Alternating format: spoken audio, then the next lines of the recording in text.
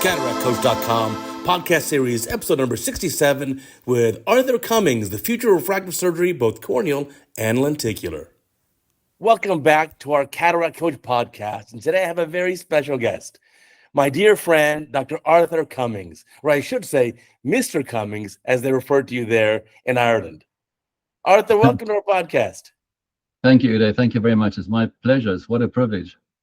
Yeah, I've enjoyed seeing you. Actually, recently, I've seen you in a couple of different countries. I saw you in Brazil and in Rio at the Brazilian Cataract meeting, and then I saw you again in Prague, Czech Republic, at the AALpreneurs meeting. And tell me about your involvement in this. You're obviously a world traveler, and I know you were president of AALpreneurs, which is AECOS, American European Congress of Ophthalmic Surgery. Exactly. Yeah, I started attending that meeting in 2001 in Aspen. It used to be called the Aspen Airs meeting, and it changed at some point to AACOS, and it was then ACOS. And at some point, Europe joined in, sort of 2014, I think, 10 years ago, and that's when it became AECOS. And I've been to, in the last 22 years of the Aspen meetings, probably 15. Wow. I've never been to one Deer Valley. I've made a commitment to go next year, and I haven't missed a European meeting since inception in 2014. Yeah, they were amazing meetings. Just like you, I love the fact that it's not only ophthalmologists. You know, it's such a diverse group, and you get diverse thought, and it takes you places you wouldn't otherwise go. For sure. So, yeah, I used to also go to the AIRS meeting long ago, which is the Aspen Invitational Refractive Symposium with Dave Delaney. And then you're right, that kind of transformed.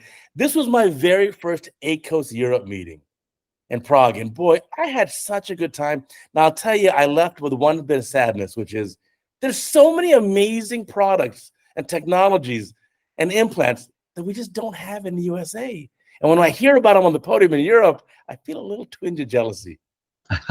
It's changing though, don't you think so, with EU MDR? And I think it's changing. And the FDA has become a lot more agile. So I think that's changing. I think the one thing I like about AACOS in the US is that you get some free time in the day, where the European program is so busy. You go to these great cities and you never get time to really explore them. Yeah, I had to carve out some time to actually enjoy a little bit. But you're right. In the U.S. meetings, I'll be in Deer Valley in just a couple of weeks. And that's a fantastic meeting because they finish with enough time that you can spend the afternoon riding a mountain bike or going for a hike, et cetera. Or if the Aspen meeting, it's in the wintertime, you can obviously go skiing or snowboarding. Exactly. Yeah, it's great. It's a lovely way you've got time also to mix with colleagues and friends. It's not only work. Right. I think that's probably the most important part. I mean, just sitting with you and having dinner in Rio de Janeiro is I probably learned more from that than any podium presentation. That's exactly right, Uday. I've seen that, there's a meeting this year that started this year for the first time ever. It was in Italy with Francesca Caronis and Amanda Caronis, and they called it AALpreneurs. When someone asked me what that meeting's about, I thought about it and I said exactly what you did now. I said, that meeting's about the things we discuss in the corridors at other meetings. The things we're really interested in, but we don't get to speak about them. They're not on the podium. Yeah, so it's fascinating. It's great to spend time doing those things. That's where we learn. When you get we learn from each other. Exactly. Yeah, that's a fantastic meeting. I had Shiraz Dai on the podcast and learned about that meeting. Ophthalmopreneurs, kind of ophthalmology and entrepreneur kind of combined. Exactly. So it apparently started some years ago with orthopreneurs. The orthopedic guys are doing it, and it's worked really well. And Amanda met this guy, Matthew Ray Scott, and they had the ideation, and it came about. And the very first meeting, as Shiraz would have told you, was super busy, super successful, super busy, really a great meeting. And there's one next year in Sicily. I'll have to go. You got to go. You're going to love it. I'll have to go. Yeah, this year I couldn't make it. My calendar, I'm doing 21 countries this year, so it's a little bit hectic, hard to fit that in. But I'll definitely put a priority on my next year's agenda. So what were some of the highlights from the meeting that you really enjoyed and the entrepreneurial kind of, focus? AACOS now in Prague. Yeah, either AACOS Prague or the Ophthalmopreneurs. What were kind of some of the pros? A lot of the things are just making practice better. So, when you've been around a long time, as you know, we keep on learning. I don't know how you still keep on learning. You're exposed to so much, but we keep on learning. But the parts that really make a difference to our day-to-day are the things you learn that are not necessarily medical. The ways of doing things more simply or more easily or more, just more in a more compliant way, or doing business with your clinic easier. So making life for patients easier. all those sorts of things. So the whole digitalization process has been a huge part of our practice since COVID. Right. So when COVID hit, we've had an electronic medical record since 1999, but we only used it for the refractive component. So pre-op refraction, post-op refraction. It's a great way of working out nomograms and looking at A constants and things. But it was just that context. And then a year before COVID struck, for whatever reason, we've been meaning to do it for so long, we decided to go completely digital. Wow. And have no more records. And incredibly, within a year, COVID had struck. And so that came in super handy. We could do remote teleconsultations and those kinds of things by accessing the files digitally. And since then, we've never looked back. I don't think there's any system that's perfect, but we found a system that works for us and has made life easier. And then as time goes on, you find ways of refining everything digital and making it better. So it's just a process of learning all the time. And I mean, the rate that things are changing in the digital space is off the charts. You really have to find something you like and stay with it until you see something that's much better. Now, are you doing now kind of virtual consultations online with patients, at least initially, and then having them come in for, measurements or topography, tomography, biometry? So we did that during COVID.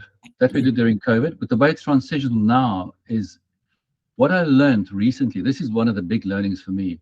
And you and I I'm sure you've experienced this 1,000 times, is how many people have met you and say to you, we finally met in person. And you saying, no, we've met many times before. And they remind you and say, no, every time we met before was virtually. This is our first time in person, I'm telling you. So what's happened is our brains, the amygdala, no longer has the ability to recall if you saw someone in real or virtually. So what we started doing is using video to our advantage. So we make so many videos in the clinic just for patients. So even though my team would do the workups, we've got a team of optometrists and they do the workups, all the conversations that are happening are pre-recorded videos explaining LASIK or PRK or the consent forms all done digitally. And so by the time the patient gets to see you, they think they've met you 100 times before. Meantime, they might see you for the first time in person. So what we do now is we have a setup where anyone who's seen the optometric team, everyone's given the option of saying, do you want to meet Dr. Cummings? And most say, no, we've met him before because they've seen all the videos. But those who do have the choice of either coming in person or doing it virtually. So we do maybe 10 virtual calls a week, speaking to patients who might be, far away from you in remote parts of the country. And then you do a virtual call. But it's not a big part of people now coming into the clinic again. Yeah, that's a great idea. I email patients a video ahead of time. So when they book the appointment, we get their email address on the phone. We say, okay, let me send you a video to watch. And so they get to know me because I narrate the whole video. You see my face, my voice. And the nice part is I don't have to repeat the same conversation in a day 40 times. They've already seen it at home. Absolutely. Uday, if you just think about your videos you've had on advanced technology IOLs, those can be quite complicated.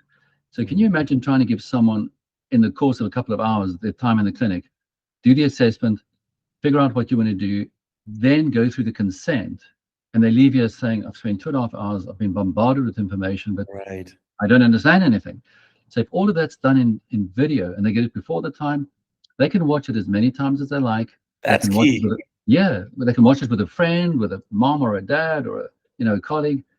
So it really, videos changed our lives without a doubt. Yeah, I think we're going to get to the point too with like AI videos. Already now I'm seeing online where you can send a text, take a picture of yourself, and it'll animate a face. It'll animate your face and with your voice of the text you just typed. Oh my word. Yeah. So this is coming down. Now there are going to be some crazy deep fakes coming too, I'm sure of it. But the neat part here is being able to have patients in general ask about the same questions. 80% of the questions that are asked by a lot of people. So to have kind of pre-recorded things for that is very helpful. And then you could even set it up as almost a conversation using an AI bot. Exactly right. We've got an AI bot now it's absolutely brilliant. We've had it for the last 6 weeks. We've had AI bots before that sort of access the internet, and you can get information that the bot might give, which might be different to what you're going to say. So the one we have currently, it only has a fixed data set, and we provide it. So it's our website. It's all our consent forms. It's all our information leaflets, and I've put about 30 articles in there that we adhere to. And now when it gives an answer, it gives an answer that comes from that data set. So it's like we're giving the answer. It's super cool. Now that's critically important. So that's a little subtlety, but so important, which is the AI only has access to the data set that you gave to the AI. Exactly. And my concern with it being broader like it was before is that you've just said it yourself a moment ago, is there's so much fake news. How does AI at this point know what's fake and what's not? So if you can limit the boundaries of that data, it comes up with unbelievably clever answers. I tell you, sometimes I think, is that right? And then, yeah, it's right.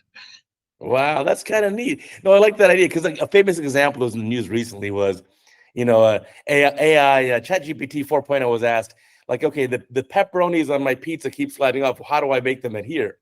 And the answer that came up with was glue, which is like, okay, you don't quite get it, but exactly. Now, if that came off your website, it wouldn't say glue. right. So that's why I like giving that fixed data set of this is your library. Use this. And then from that, you can give your AI answers. But I think we're going to head that way. And then instead of just having text on the screen, literally, I've seen examples now where I send just a still shot of my face. It'll animate my face, and it'll even emulate the tone of my voice. That's incredible. Yeah, that's amazing. So I think, it's a brave new world. I think that the people like you and me who are solidly mid-career are going to enjoy this kind of on the way out. But the young generation, it's a brave new world. It's amazing. You're so fortunate. Yeah, they are. Another thing that I've been thinking about recently and been exposed to a little bit is that at the moment there are more ophthalmologists retiring than there are young ophthalmologists coming into training. Yeah. So we're going to have to become more efficient. And so, I mean, I know when you do surgery, you're busy the entire day and you're doing a lot of surgery, but we're going to have to do more. Otherwise, we're going to get further and further behind in terms of just getting cataracts done, let alone other vision correction procedures. Right. But we're coming to, actually, I'm involved with a company now. There's my financial disclosure, Horizon Surgical Systems here in Los Angeles. It's automated robotic cataract surgery. Wow. And how far is that down the line? Who knows? Time will tell. But the amazing part is, I think you may get to the point in the future where your routine cataract cases, let's say 7 millimeter or more dilation and, 2 to 3 to maybe 4 plus nuclear sclerosis, and otherwise a normal case, those can be done by a robot supervised by a surgeon, a human surgeon. And then us human surgeons, we're going to be left with like the really hard, small pupil, loose zonules, intumescent white cat. You only get the hard cases. Yeah, that's what's happening in the UK at the moment. They're not in Ireland so much, but in the UK, that there's so many private companies that have come into the market that are now doing cataracts for the NHS, for the National Health Service. And so it's good politically because their waiting list gets shorter, but they do all the straightforward cases. And so the hospitals, the universities have all the tricky cases, and now the residents can't really learn on them. They're too tricky. So the consultants have to do them. And so there's quite an issue with training. So I think what's going to happen is the companies doing the big volume of surgery now, they're going to have to start providing teaching to young ophthalmologists. Oh, wow. What a paradigm shift. Isn't that bizarre? In a very short space of time, So Ireland, since we've been here, which is 26 years, has been sort of half the population have health insurance and half use the public service. It's been like that for a long time. But in the UK, 60 years ago, maybe 5% of all work was done privately. But now more than half the cataracts in the UK are done privately. Oh my goodness, what a growth. I didn't realize. Yeah, not all by people like you and me, but by companies doing it. So coming in, doing big numbers at a time and, set up specifically to take care of long waiting lists. But they're private. They're private health companies who bring in private consultants. So the health company then contracts with the NHS directly, and the patients are still covered under the NHS plan. It's not like they're paying out of pocket or private insurance. I think so. I'm not 100% sure, but that's what I think. That's what I understand is those companies get paid by the NHS. And sometimes for the NHS, it's even more cost effective to outsource it rather than to do it themselves. It makes me wonder, are the days for boutique surgeons like you and me, are days a little bit numbered? I don't think so. You think about it yourself. There are loads of restaurants under a particular banner, McDonald's for lack of a better example. Sure. But even though they're there and they're all over the place, we know how they work, you still like going to places that are not necessarily McDonald's, just because they're different and they're more exclusive. Better quality, higher level of service. I mean, basically what we're providing. Exactly. I think that's going to grow. I mean, if I see how people are spending money on handbags and shoes and good holidays, that part of the market's just got stronger and stronger. And I've read about, it's not happening in Europe as far as I know, but in the US, this concierge medicine. Are you involved in that? So and a lot of the primary care doctors here in the west side of Los Angeles, Beverly Hills, etc., are all concierge doctors now. And what that means is for a primary care doctor, they require a payment from the patient of, let's say, $2,000, $3,000, $4,000, $5,000 a year in addition to your health insurance to be seen. And then you have this direct access to the doctor. Then the doctor limits the practice to so many patients. And those doctors are busy, as far as I understand. Very. A lot of them, you can't even become one of their clients anymore, one of their patients. They're full. They're closed. Yeah, so I don't think our days are numbered. I don't think so. I think probably quite the opposite, that if you're part of a big chain where everything looks the same, sure, that's got efficiencies and it's got its place, no question. But I think there are enough people out there who want to see you. They want to see you. They like your style. They like what you do. They like what you stand for, and you're quite unique. And they want to see you. So I don't think it's going to go away. I think you're right. I think there's a market for all of this. Exactly. And it's kind of neat though. So as now I'm solidly mid-career, I could do any of it. You could put me in like a corporate setup and say, here, today you can do 100 cataracts, no problem. Or I could do a more boutique practice, and you can do this. Or I can do the super challenging ones. Today, we only have 10 cases for you, but every one is really difficult. And so I could just kind of go, I'm happy to have the variety. Yeah. But I think we're in ophthalmology. I think there's somewhat of a move towards like plastic surgery. I have two sisters who are plastic surgeons, who are brilliant, and I learn a lot from them. But I think in LA, it's like patients are just expecting, like, yes, paying for plastic surgery, and now dermatology has kind of gone that way, where there's essentially no dermatologist going to take any insurance; you'll pay out of pocket. And I think ophthalmology is kind of headed that way as well. Speaking of orthopedics, there's an ortho group here in Los Angeles where they may take your insurance for the facility fee and everything else, but the surgeon fee is like X amount out of pocket, which is often as much as, a small car. Yeah, big money. Exactly. It's exactly right.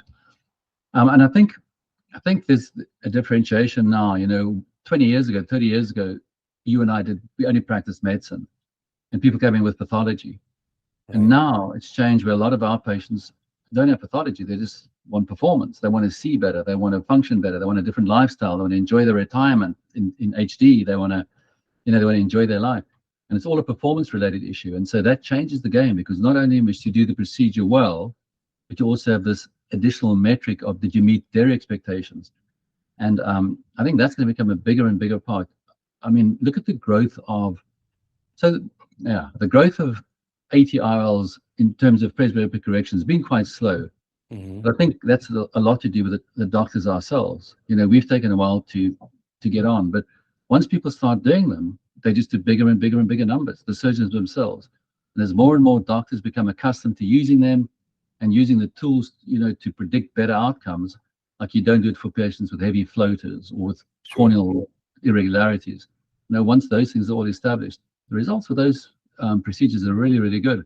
And I think that's going to fuel the market more. Yeah, it's only going to get better. We'll only have more and more technologies. I'm certainly hopeful that in the next few years, we'll have a truly accommodating IOL, especially hopefully within 20 years when I need cataract surgery. I want an accommodating IOL. But I think, the technologies keep improving and advancing. And the tougher burden, though, on us is we have to be able to deliver not just the great refractive outcome, but actually a great patient experience. Exactly. Absolutely right. And that can be one of the challenges. Like in my clinic, I have one of my challenges. I try to challenge myself that no patient will ever sit for more than 5 minutes. Wow. And while we're in the clinic? No, when they check in at the beginning. Don't leave them waiting in a waiting room, which is right. So what I'm doing is, even if I'm a little bit behind here, you know what? And the patient's been sitting there 4.5 minutes. You know what? Why don't you take the patient? Let's give me an autorefractor. Do me a NIDEC OPD scan. Do something. So at least engage with the patient something. That's extra data I can use. Don't just have them sit. Just keep things going. Keep them ticking over. Right. I really aim to give the same care that I want to receive. And I don't want to sit and wait. And I want to be treated right. And I want a great experience. And so we really try hard to like put ourselves in the patient's shoes. I think that's a very good recipe when you're trying to do what you would for yourself or for your nearest and dearest. Then it's going to, turn out to be a good experience for them. I remember in the Hawaiian Eye meeting, maybe just before COVID, you were speaking about lens gen, I think, about the coming lens. Yeah. Are you still involved with that? I am to a degree. I'm not there. The lens gen Juvene accompanying IOL is now undergoing FDA trials. Right. There are 4 sites, I think, in the US. I'm not one of the sites. So right. I'm not actually involved in the trial. Though patients, because they see my videos online, potential patients email me all the time asking about it. But I think that's where we're going to head. I think we're going to head towards leaving a big capsular bag. Don't collapse the capsular bag with a very thin IOL, keeping the bag open. I think we're going to do some sort of curvature changing IOL is the only way to do it. Moving an IOL front to back in the eye, or from posterior to anterior to get a little myopic shift is really not the answer because you can't get enough. We just have to mimic a young human lens, which is increasing the lenticular curvature. So it's interesting. I've heard an alternative viewpoint too, that maybe the lens that's going to work best is in fact not in the bag, but in the sulcus. And Jorge Alio has a very interesting lens he's using called the Echo lens. I haven't used the Echo lens, and it's almost like 2 flat triangles. And when you have accommodation, the 2 lenses move over one another. And as they move over one another, they get more central power. And apparently it works quite well with quite a good range. So I love it. Listen, I want more horses in the race to true accommodation. So if they've got 10 different IOL designs, I want to see all 10 of them. Let me learn from all of them. So I don't think there's going to be just one winner in this horse race. I think there are going to be many, and that's only going to benefit us, and it's going to benefit our patients. Absolutely, exactly right. What did I see? I think at the moment they're like something like 2 billion people on the planet who presbyopic. Yeah, my only saving grace is thank goodness I'm -2. And you just take them off. Yeah, my near vision is spectacular. Yeah, I was also -2 for a long time, and then when I got varifocals for the first time, I used to take them off, and I got varifocals, and they drove me crazy. And I then looked at blended vision, and I did 1 eye to 0, 1 eye to -150, and that worked incredibly. I like that a lot more than varifocals. So that's worked really well and stood me in good stead for the last 15 years. Probably not 15, 12, 13 years. Oh, that's fantastic. Yeah, but I can feel it's starting to go. Yeah, that's the challenge. So don't worry, those accommodating IOLs are coming. We'll be good. Now, tell me about your career path. You've had an amazing and very different career path. You weren't always in Ireland. No. So I trained in South Africa, and I had no idea I was going to be in Ireland at any point. When I trained in a school that was very strong on retina. So we all became very good retinal surgeons. And when I qualified, I was doing retinal surgery almost all the time. I was doing 10 DR cases a week, which in Pretoria, where I lived, was a lot of cases. But we were all doing LASIK as well, and we were all doing cataracts. We are trained in Pretoria, and I think to a large degree in South Africa back then, your training was very service orientated. And the academics, you almost had to fend for yourself, and because it was all about service, there was such a demand. And so what I used to do every year, because I was so deep into retina, I would spend some time abroad at a retinal unit. And in 1997, spent a month in the UK. So spent a couple of weeks in Moorfields and a couple other places. And it was their best summer in 30 years. And my previous experience of UK was sort of shades of grey. And this summer was colourful. Geez, there was colour everywhere. And my family were with me, and they said, we could live here. And when I understood the system better, I said, yeah, it's never going to work. I like private medicine. And there you're going to be a consultant for a very long time before you get a private list. But things change, obviously. And within 6 weeks, I saw an advert in a South African medical journal for a clinic in Ireland in refractive. And 30 years ago, refractive wasn't very strong in the UK. So I thought, wow, this is weird.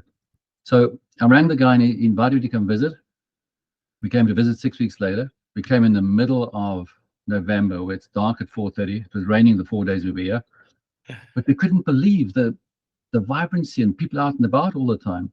Where I grew up in Pretoria, well, not when I grew up, but when I started working in Pretoria, is you wouldn't be out on the streets after dark. It's dangerous. So you'd be in your home, and you'd commute from your home to wherever you're going. That's it. You're not on the streets. And you have people on the streets.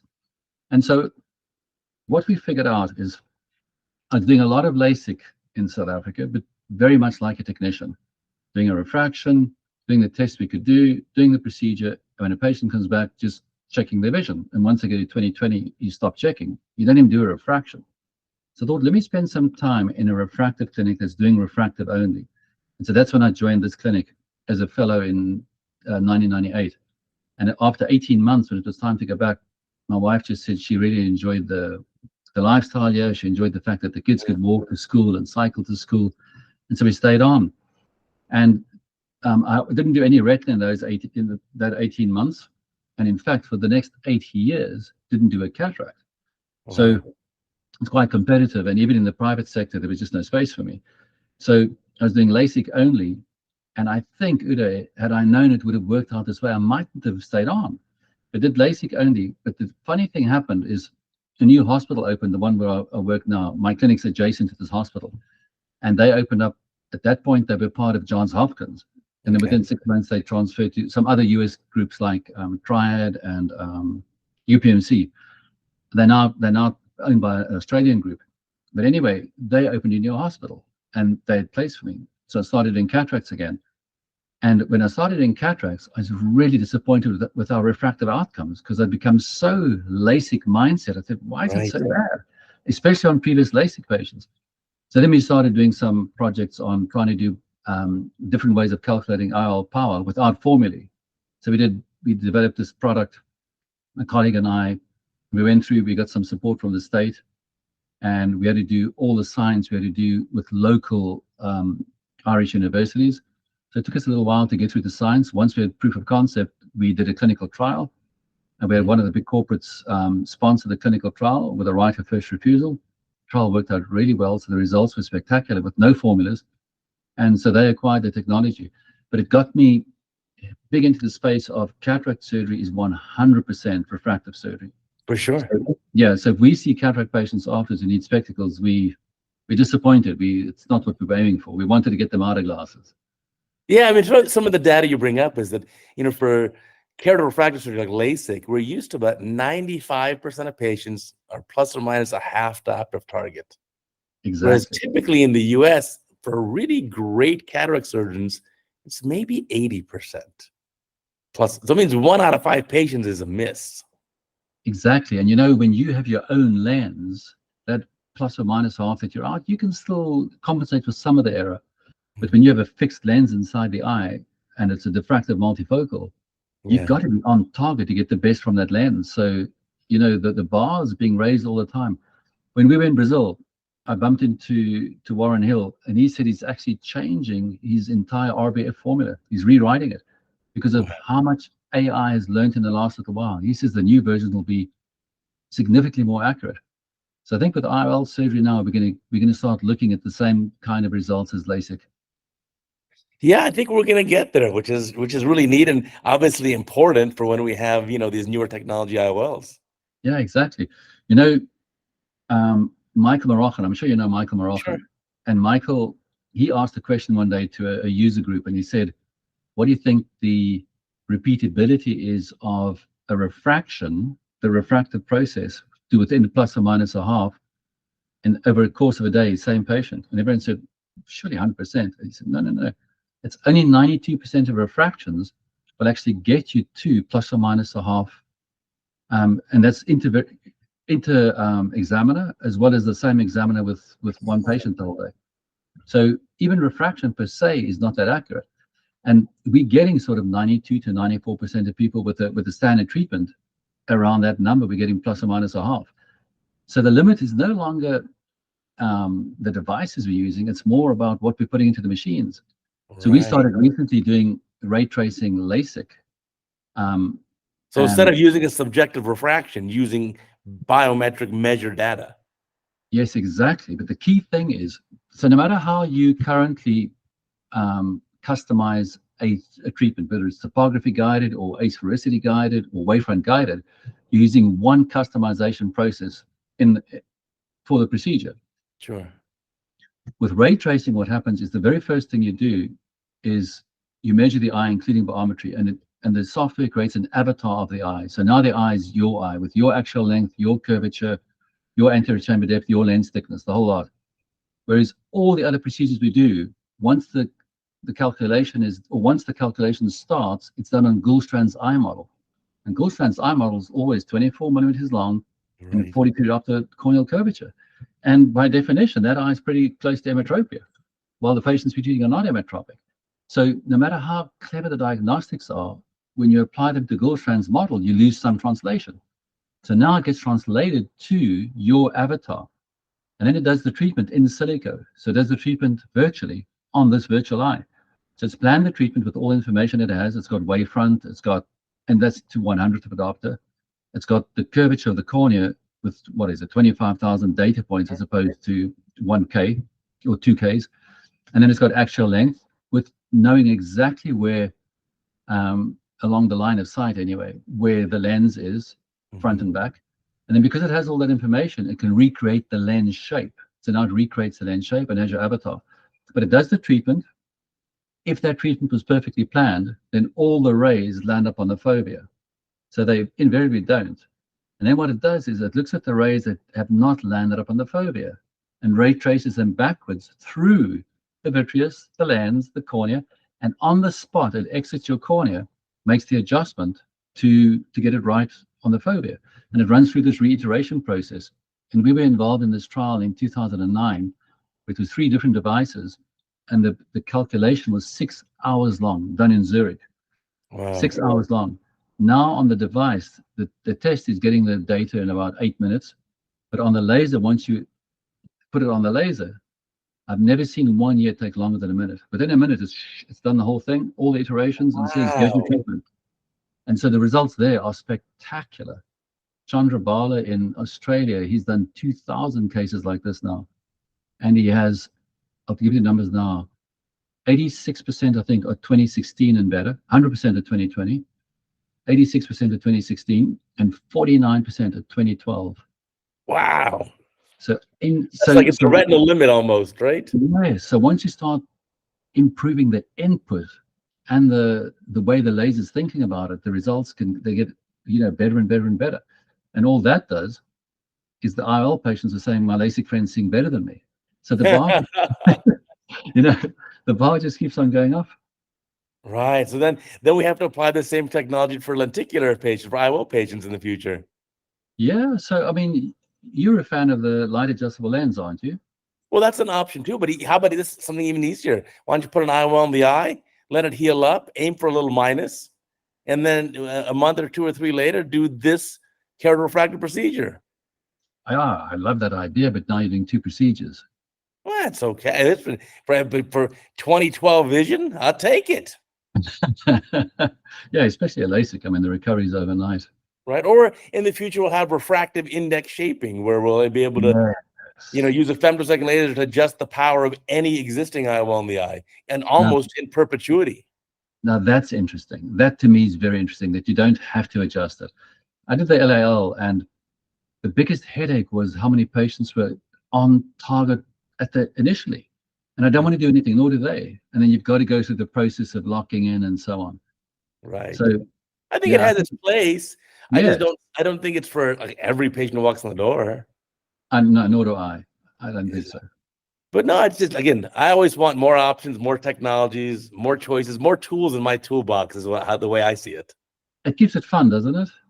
Yeah, it does. It's so interesting. I mean, you'd think I traveled to all these meetings, all these countries. I learned at every one of them. And arguably, I learn way more than I teach. I doubt that. It really is. I doubt that. There's so many little tricks and pearls. Like, oh, I've never thought of it that way. Yeah, I must say, and that's why you and I both like working with industry too, because there you meet engineers and people who aren't necessarily ophthalmologists and thinking clinically only, and you get this huge, wide perspective on things, and you just think about things differently. Oh yeah. To me, it makes it a lot of fun. In South Africa, when I was working in this clinic in Pretoria, the senior partner was a super guy, very, very skilled ophthalmologist. But he said to me one day, he said, you're really enthusiastic and passionate. And I said, yeah, it's great. This is fabulous work. And he said, well, I'll speak to you in 10 years. You'll be bored stiff. And I sat back that evening and thought, no, that can't be. And, my folks weren't wealthy people. They weren't poor, but they weren't wealthy. and they put us through college. We didn't have any loans for college and so on.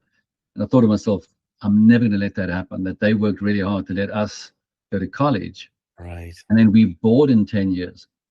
And so I always had it as part of my psyche. I don't ever want to get bored. And one of the nicest ways not to be bored is when everything you're doing has an additional implication. So you might be part of a study and you really want to see what that outcome looks like, or you're thinking about an accommodating IOL and you're looking at ways of measuring accommodation. But if everything you're doing always has an additional question, it keeps it interesting. It does for sure. I mean, people are sometimes surprised when I say I've done these tens of thousands of cataract surgeries, and they said, "Aren't you bored yet?" And I said, "No, I love it. In fact, if I travel too much and I miss an OR day, I kind of feel sad. I wish I was in the OR." Geez, you've been traveling this year.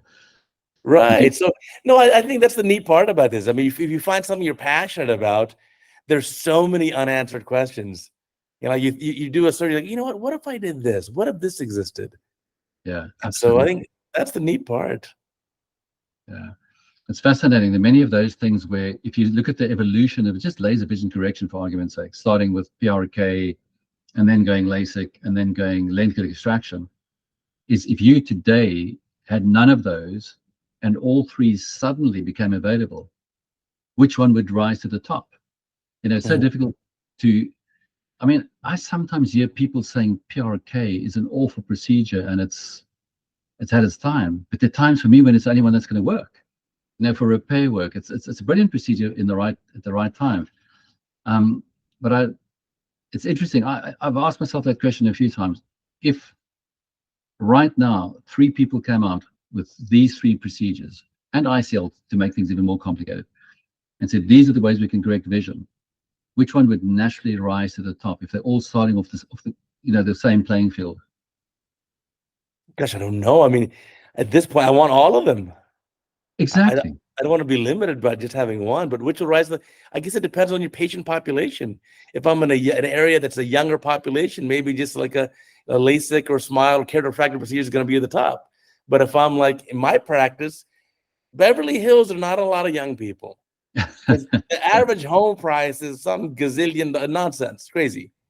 So my patients in general are much older. So I do far more IOL surgery than refractive surgery. So, you know, things have changed yet too. When I started out, well, for those 8 years, I only did LASIK, but IOLs now are probably half of what we do. And the interesting thing is LASIK surgery is quite, it sort of fluctuates with the economy. So when young people have money, they're doing LASIK, and LASIK's mostly for the younger generation. But IOLs are almost recession-proof. Cataracts are recession-proof, but IOLs, most IOL patients we're treating are presbyopic. So they're 45 plus. Most of them are probably in their 50s already, and they've got some money. They are not paying mortgages necessarily anymore. Their kids might be out of college, and they want to have a better lifestyle. So they've got the money. So it's interesting when people speak about the demand of these procedures, how they fluctuate. I think it's got mostly to do with the demographics, what's happening in the demographics. Who at the moment has money, those who have money come and see you and have their eyes fixed, and those who don't come and see you at a later time. Right. I think that's just about exactly what we see, is that in my patient population, a lot of patients in their 50s and 60s are doing refractive lens exchange. And then obviously 70 and beyond, you've already got lens opacities, you've got actual cataracts. But you're right, Exactly. These patients aren't really worried about whatever the cost is. They just want to have the best, and they want to just be able to enjoy their life. Exactly. And many of them find that the cost is actually not prohibitive at all. They think it's really good value. I think you can have bilateral IOLs for a fraction of one knee replacement. Right. I think also we're very helped by our dental colleagues who are brilliant, because like in Los Angeles, a single tooth for an implant costs the same as one refractive lens exchange with a premium lens. And you got like 32 teeth, and maybe if you had your wisdom teeth, 28 teeth. So these dentists are absolute geniuses. And even the plastic surgeons, like, they figured out that these injections, the fillers, the neuromodulators, the Botox, these are like patients are back every 3 months, 6 months. It's just like they're like waitlist. There are plastic surgery clinics who don't have enough capacity. You can't get an appointment for 6 months or a year. Incredible. I wonder if you heard the same comment that Sharif Madavi made at ACOS in Aspen one year, where he showed what LASIK numbers did after '08 when the crash came, and what aesthetic procedures did. And aesthetic didn't skip a beat, they just kept on climbing. And he made the comment where people would pay more to look good than to see good. You remember that? It's probably true. I'm in Los Angeles where, boy, believe me, that's like a big push here. Again, it's lifestyle, it's personal preference. And that's why I'm saying, can you imagine those same people going to a clinic with 100 branches or outlets versus a boutique place? No, they want the boutique for sure. It's the same way they want. I learned something new, in my clinic. My staff taught me. They said, "Did you see that woman's handbag?" I don't know. I said it was like a blue purse. And they said, "No, doctor, it's a blue Hermes crocodile Birkin bag." And I didn't know what this was. I had to Google it. And then I realized that bag sells used for like $80,000 US for a purse, a used purse. Which blew my absolute mind. But no, certainly you have that population who wants a boutique experience. But you know what? Even the ones who don't buy those crazy purses, I don't own any purses. But when I want to go out for a nice dinner, I don't want that chain restaurant. I want to go out to that really nice place and have a great experience. I'll pay extra, and I want that high level of service with that high level of food outcome. I want like the amazing food, and it's worth it.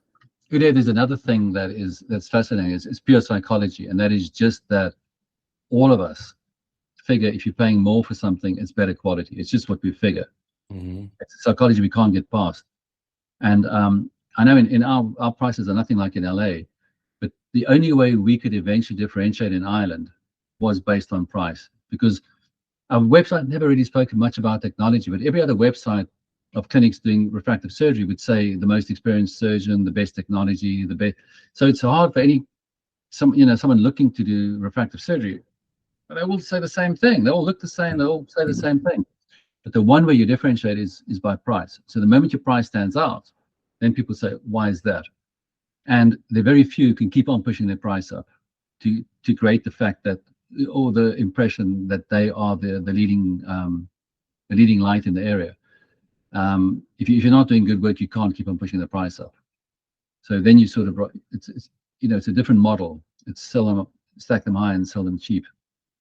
You know what else I've learned recently, which I'd love to hear your opinion, is in the past, we used ICL surgery for patients who were outside the range of laser because we were getting great results with laser, really happy with it. But ICL's got its advantages, like there's dryness. You can treat patients who are outside the range of LASIK. But there's one that I never realized. So recently, people are speaking about doing ICL for lower numbers. So we started going to 8, 7, 6. We've now done a few 3 and 4 if the patient really wants that. But here's the thing I never really copped onto, and that is, I've always thought the patients we see like LASIK and they like the things we do because they're permanent. But it turns out we see very few people. We see like 1 or 2% of the population who at any point are actively seeking vision correction. And the 98% who aren't coming in are not coming in because the results are permanent. So they're afraid that if you get a result you don't like, you've got a permanent unhappy situation. So when I speak to patients about ICL, and we're in the -4, -5 group now, and I'll say to them, look, you're going to get an equally good result with ICL as you will with laser, equally good. There'll be no difference for you. At -10, sure, there's a difference, but -4 and 5 for you, there's no difference.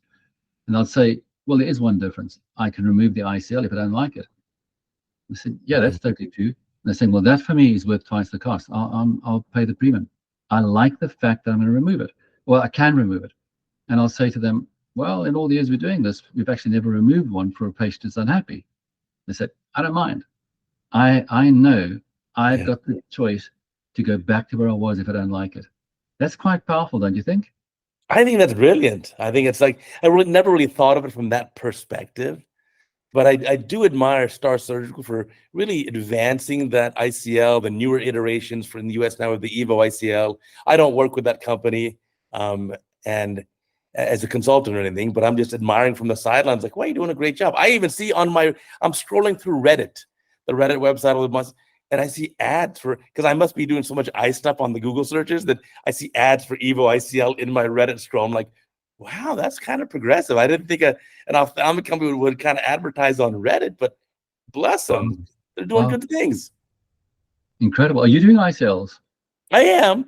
Don't do a whole huge volume. Like I said, my population is, I'm 90+% IOL.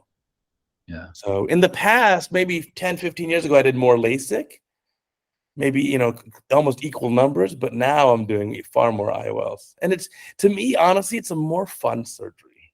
I like it. I like the challenge of it. And I get referred in Los Angeles, I get referred a lot of tough cases. And so that, like, I just saw yesterday to consult for this traumatic cataract. It's like, that's going to take a while. Let's put that at the end of the OR day. But I want the challenge. I want to enjoy it. The patient already has vitreous in the AC.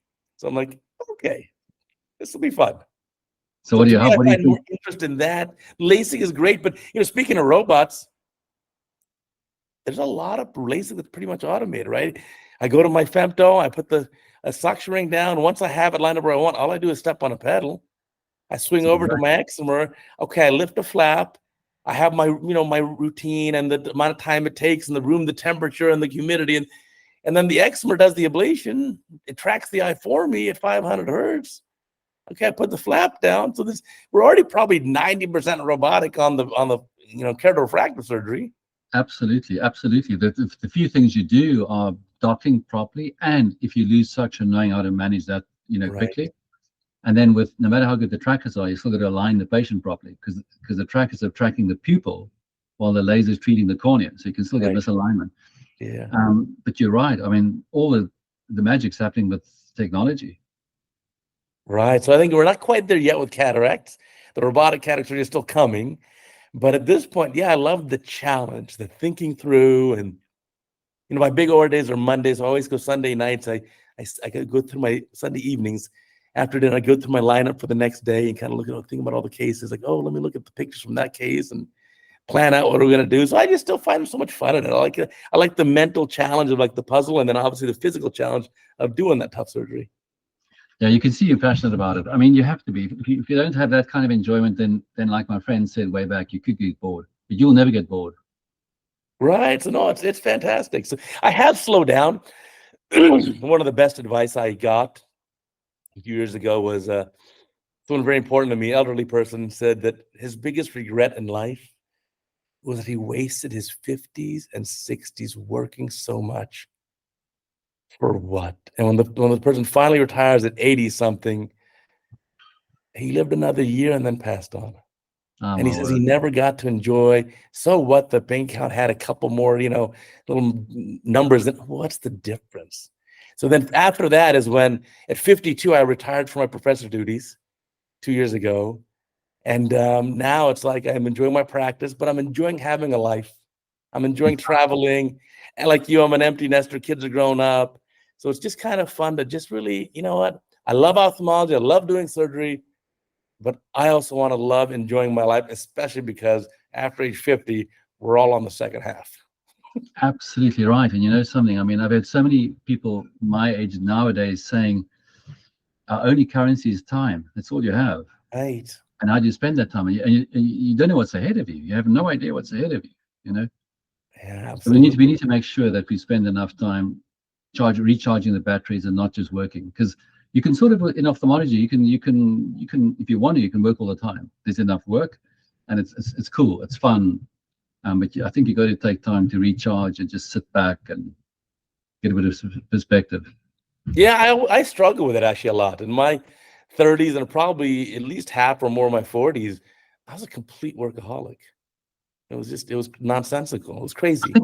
I think it's the era too, though. You know, it's always easy to look back. I mean, I look back and I look at, in my clinic, a few people recently have got engaged, and the guys have been unbelievable. Their boyfriends or their fiancés now have been amazing in the way they propose. And I look back at my own proposal was so amateurish compared to what people are doing now.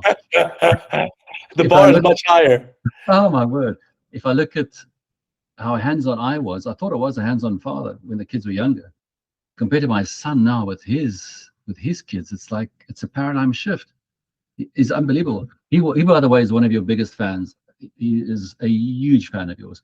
He's Oh, an I'm amazing, he's an honored. amazing cataract surgeon and training here in Ireland 7 years of ophthalmology.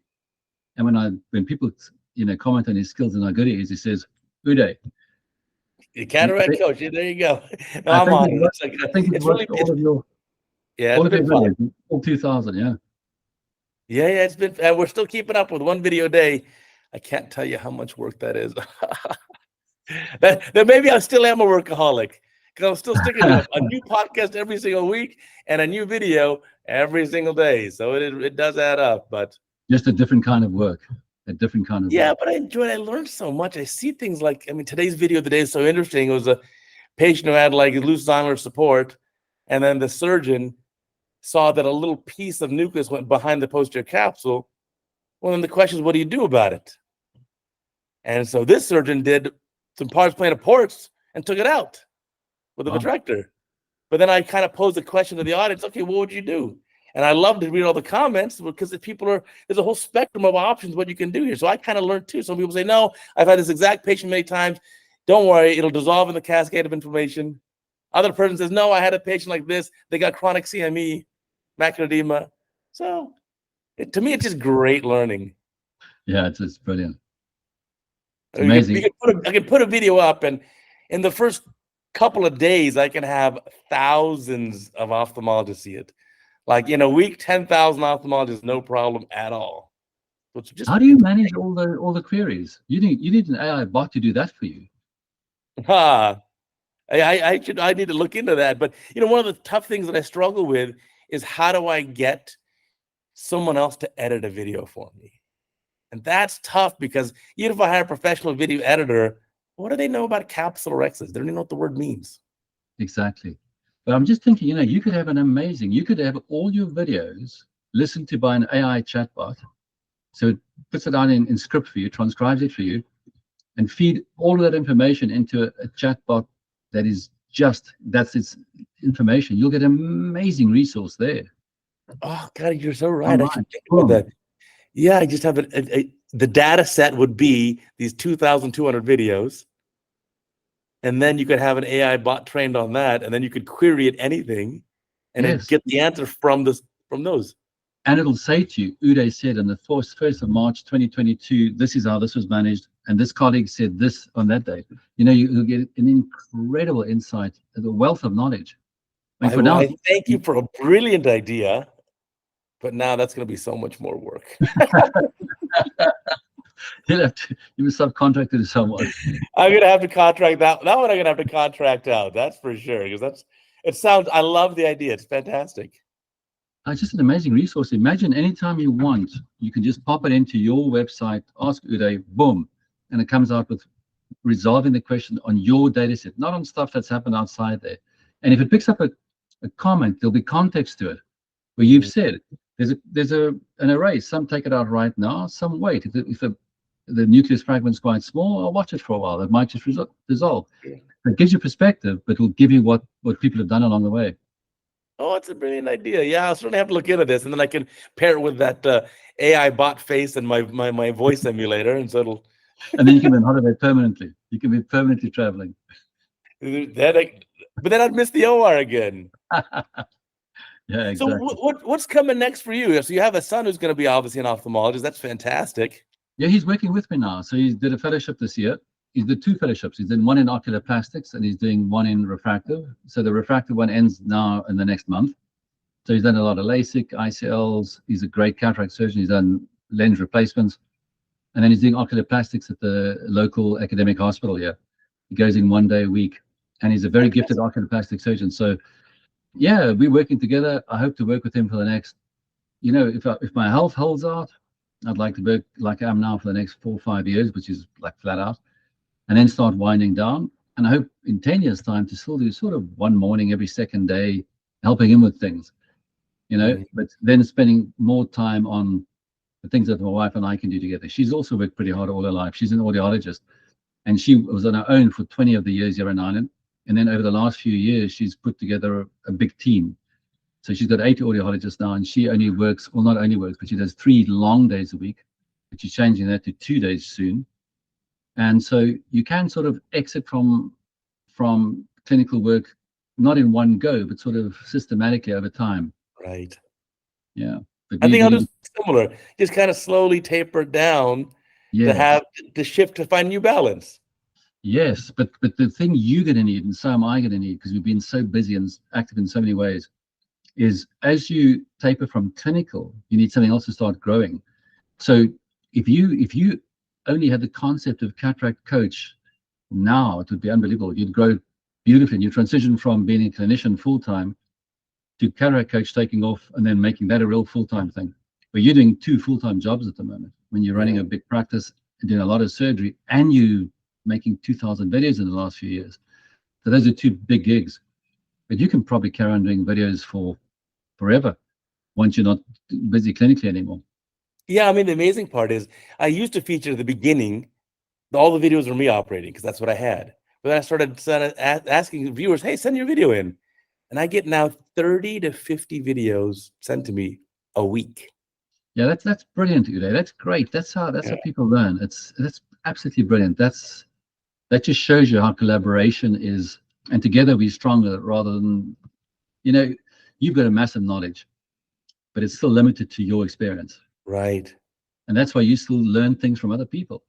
And that goes for the same as us. I mean, how many LASIKs haven't I done? And I'll still see something and say, wow, I did not know that. I hadn't seen that before. I hadn't thought about it that way before. Right. So, no, for sure. For sure. Collectively and collaboratively, collectively, we know a lot about ophthalmology, all of us together. There's not much we don't know. Right. No, I think that kind of group effort, the group mindset, the crowdsourcing of the knowledge is really a great way of going for the future here. And I think the young people, our young generation, are so lucky that you can learn. I'm happy if I can learn from my own mistakes, but the new generation, they're smarter than me. They can learn from the mistakes of others. They can watch a video of a complication on their mobile phone in high def and play it back a few times and understand, oh, okay, that. And if they ever see that, now they know how to resolve it. So, I mean, it must be so unbelievably fulfilling for you to know that what you've built here, that legacy, is going to go on for a long time to come. And they'll eventually be replaced as we use robotics to do the surgeries and who knows what. But I mean, that whole mindset of, I can put a tool in your hands that if you get into trouble, here's a way of getting out. I mean, that's amazing. Right. That's No, I got to give credit actually to Bob Osher, who I spoke with him at a meeting in Connecticut a couple weeks ago. He's like the godfather of cataract videos, obviously, going back decades. But I still remember when I was a resident, finding those VHS tapes of his and learning how to do all these things. But yeah, I think your point was great, which is just, it's all collaborative learning, and we all get better together, which is just so fun. Yeah, absolutely. Now, I think we're blessed to be, I'm sure you feel the same way. We're just so blessed every day to be an ophthalmologist. So that's why I don't want to fully retire ever. I kind of want to I got to do something in ophthalmology. It's all I know. And making videos. Yeah, basically. But even the videos, they're not that good. They're not that wow. They're the cataract videos. So, but it's fun stuff. Well, Arthur, what a pleasure talking to you today. Learned so much about your path and your passions. And wow, if you meet Arthur at a meeting, come up and say hi to him. You will have a fantastic conversation, and you'll learn those secrets in the hallway that are not always on the podium. Hey, thanks, Uday. Always a pleasure chatting to you, man. Thank you. And I want to remind our viewers and listeners, remember, every single week we got a brand new podcast on Amazon, Apple, Spotify, Google, YouTube, and where you find your podcast. Plus, every day, of course, there's a brand new CataractCoach.com video on YouTube and all the other social media sites. We will catch you next time.